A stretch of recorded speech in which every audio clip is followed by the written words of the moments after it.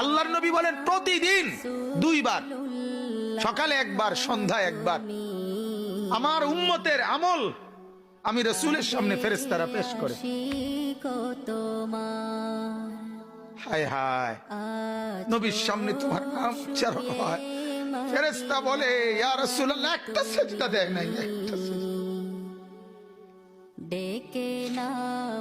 একটা সিজদা দেয় নাই। আল্লাহর নবী তখন বলে হায় আমার উম্মত, আমার 23টা বছরের দিবানিশির এই মেহনতের কোনো কদর করলি না?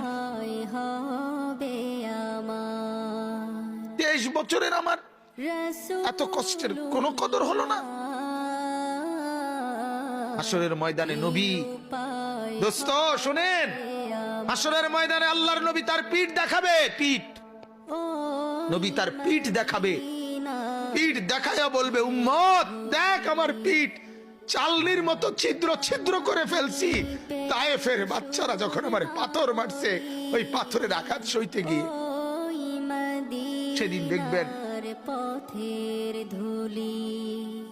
সেদিন বুঝবা যুবক, নওজোয়ান, তোমার জন্য কাদার কেউ নাই, তোমাদের জন্য ভাবার কেউ নাই। মা বাপ ছেড়ে দিছে তোমারে, যা বাবা নষ্ট হয়ে যা। আহা, মোবাইলের হাতে ছেড়ে দিছে তোমারে, নষ্ট বন্ধুদের হাতে ছেড়ে দিছে তোমারে, যা বাবা পেটের বুক লাগলে ভাত খাইয়ে যাইস, বাকি টাইম নষ্ট হয়ে যায়। অভিভাবক ছেড়ে দিছে সন্তান,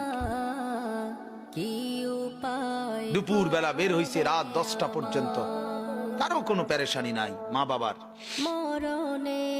ছেলেটা কি হচ্ছে, তার সাথে উঠতেছে, বসতেছে, খাইতেছে, চলতেছে, কারো কোনো পেরেশানি। এভাবে জিন্দেগি চলে না বাজান,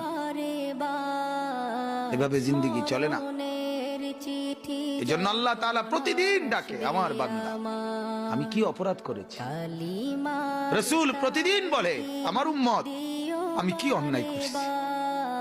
আমার তায়েফের রক্তের কোনো দাম নাই, আমার উহুদের দান দান শহীদ করার কোনো মূল্য নাই। 14 দিন আমি পেটে পাথর বেঁধেছি, আমার সেই পাথরের বাধা পেটের কোনো মূল্য নাই। আমি 3 মাস ঘরে চুলায় আগুন জ্বলে নাই, আমার সেই জীবনের কোনো মূল্য নাই। মুসলমানের ছেলেরা, মুসলমানের বাবারা, তোমরা তোমাদের আল্লাহকে চেনো, তোমরা তোমাদের রাসূলকে চেনো। মোবাইল দিয়া হইলো রবিকে চেনো, রাসূলের জীবনী শোনো, তাইলেও ফায়দা হবে।